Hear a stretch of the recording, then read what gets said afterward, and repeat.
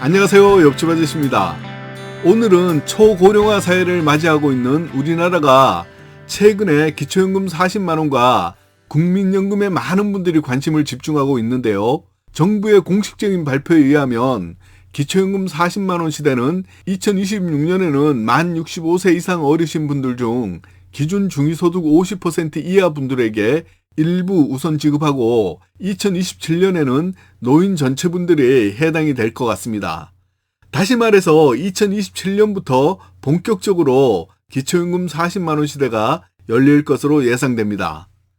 그러나 이와 함께 국민연금을 일정 금액 이상으로 받는 분들은 국민연금 연계 감액 제도 때문에 기초연금이 깎여서 손해를 본다는 생각이 들기 때문에 이럴 바에야 국민연금을 가입하지 말 걸 하는 불만을 아주 많이 표출하고 계시는데요. 이 부분은 저도 여러분들과 똑같습니다.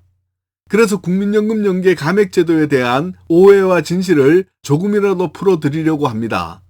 은퇴 후에는 정부 복지정책 잘하는 것도 돈 버는 방법 중 하나라고 생각합니다. 영상 보시고 도움 되셨다면 좋아요 한번 꾹 눌러주시고요. 바로 시작하겠습니다. 국민연금에는 노령연금, 장애연금, 유족연금이 있습니다.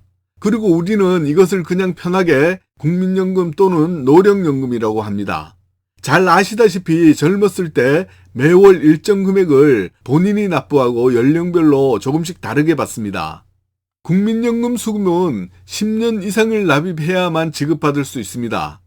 61년생에서 64년생은 63세부터 받을 수 있고요. 65년생에서 68년생은 64세부터 받기 시작합니다. 69년생 이후부터는 65세부터 받을 수 있습니다. 61년생, 65년생, 69년생 낀 세대에 대해서 손해보는 사항은 링크 걸어 드릴게요. 1965년생이라면 은퇴하고 난 후에 60세부터는 연금을 더 이상 내지는 않지만 4년이나 생계비 공백이 발생할 수 있기 때문에 이 기간을 잘 넘겨야 합니다. 왜냐하면 대부분의 분들이 노후 준비로 국민연금 말고는 따로 준비하는 경우가 그렇게 많지 않기 때문입니다. 기초연금은 소위 말해서 국가에서 만 65세 노인분들 중 소득의 70%에 해당되면 드리는 공짜연금으로 기초노령연금이라고도 합니다. 그리고 2025년에는 1960년생 분들이 해당되고요. 확정 발표된 기초연금 대상이 되는 선정기준액은 단독 가구가 소득 인정액 229만원 이하이면 월 최대 34만 3,510원, 부부 가구가 소득 인정액이 367만원 이하이면 20% 감액되어서 최대 54만 9,620원, 연간으로는 최대 660만원까지 받을 수 있을 것으로 예상됩니다. 노인 세대를 기준으로 보자면 공짜로 받는 금액으로는 적지 않은 금액입니다. 그런데 여기서부터 국민연금 납부자들이 불만이 생기는 것인데요. 2025년 기준으로 기초연금액 월 34만 3,510원에 150%인 51만 5천원 이상 받으면 감액되기 시작해서 최대 50%까지 기초연금이 깎일 수가 있습니다. 국민연금을 많이 받으면 소득 인정액과는 상관없이 기초연금이 우선적으로 깎입니다. 40만 원인 경우는 국민연금을 60만 원 이상 받으면 기초연금 감액이 적용됩니다. 현재 국민연금 평균 수령액이 62만 원 정도 되니까 많은 금액은 아니더라도 감액이 적용된다는 얘기입니다. 이 부분만 보면 국민연금 납부자 입장에서는 화가 많이 나죠. 이럴 바에는 국민연금 안 내고 그 돈으로 다른 노후 준비를 해둘 걸 하는 말씀들도 많이 하십니다. 그러나 지금 말씀드리는 내용을 들으면 100% 화가 풀리기를 바라지는 않지만 조금의 오해는 풀릴 것이라고 생각합니다. 오늘 주제가 기초연금과 국민연금의 오해와 진실이잖아요. 대부분이 잘못 알고 있어서 화가 더 나는 것 같습니다. 먼저 기초연금은 2014년에 처음 도입되었고요. 국민연금은 1988년에 도입되었지만 의무적으로 가입이 바뀐 것은 1999년입니다. 이 내용을 보면 생각보다 우리나라 어르신들의 노후 준비가 그렇게 오래되지 않았습니다. 참고로 좀 늦은 미국도 1935년에 이미 시행되었습니다. 국민연금은 노인들에게 아주 좋은 노후생활 준비입니다. 그러나 국민연금은 소득으로 잡히기 때문에 여러 가지 안 좋은 점도 있습니다. 물론 그 나름대로 이유는 있습니다. 대표적으로 건보료, 기초연금, 기초생활수급자 등인데요. 모두 공제금액이 하나도 없고 100% 잡힙니다. 기초연금 소득 인정의 계산을 할 때 예를 들어 대도시의 부동산의 경우는 1억 3,500만 원을 공제를 해주고 계산을 하고요.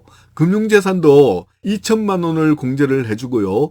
근로소득인 경우는 111만 원 우선적으로 공제를 해주고 여기에다가 추가로 30%를 또 공제를 해준다면 국민연금은 공제가 하나도 없이 그대로 소득 인정액으로 잡혀서 국민연금 100만 원 받으면 소득 인정액이 그대로 100만 원이 되는 겁니다.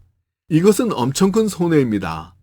그 다음에 국민연금 연계 기초연금 감액이 있는데요. 이것은 다른 것보다 기초연금에서는 제일 먼저 감액됩니다.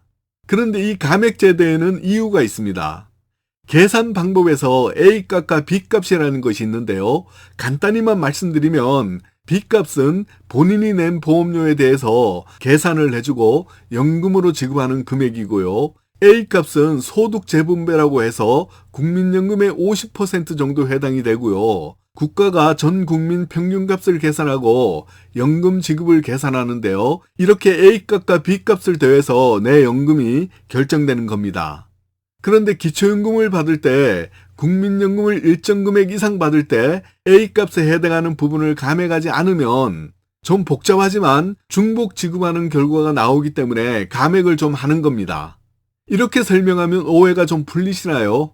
어찌되었던 불만이 있는 것은 사실이지만 이런 것 때문에 국민연금 연계 기초연금 감액이 된다는 것을 조금 덜 화가 납니다.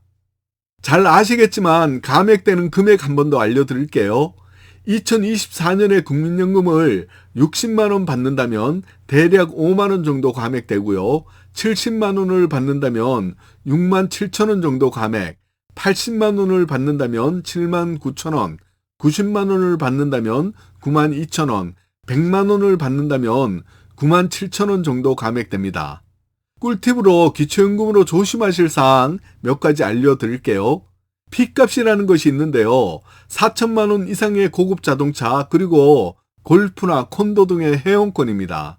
이렇게 사치품에 해당하는 고급 자동차나 고급 회원권을 소유하고 있으면 일체의 공제 없이 100% 그대로 적용시키기 때문에 다른 재산이 하나도 없어도 기초연금에서 무조건 탈락되어서 1원도 못 받게 됩니다. 자동차 취등록세는 포함이 되지 않는다는 점도 알아두시면 도움이 되실 겁니다. 리스나 렌트를 사용하는 경우도 보증금만 일반 재산으로 계산하므로 그리고 최근에 전기자동차를 구입하실 때 국가 보조금을 받아서 4천만 원을 넘겼다면 고급 자동차에 포함되니까 조심하시기 바랍니다. 대출금, 주택연금, 농지연금 등의 부채가 있으면 이것도 공제해 드립니다. 다만 가족이나 친지, 친구 등 개인 간 빌린 돈이나 사채는 부채로 인정하지 않습니다.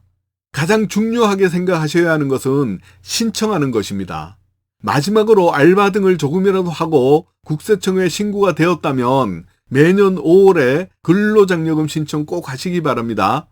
단독 가구인 경우는 말 그대로 혼자인 경우이고요. 총 소득은 2,200만 원 이하일 때 최대 165만 원까지 받을 수 있습니다.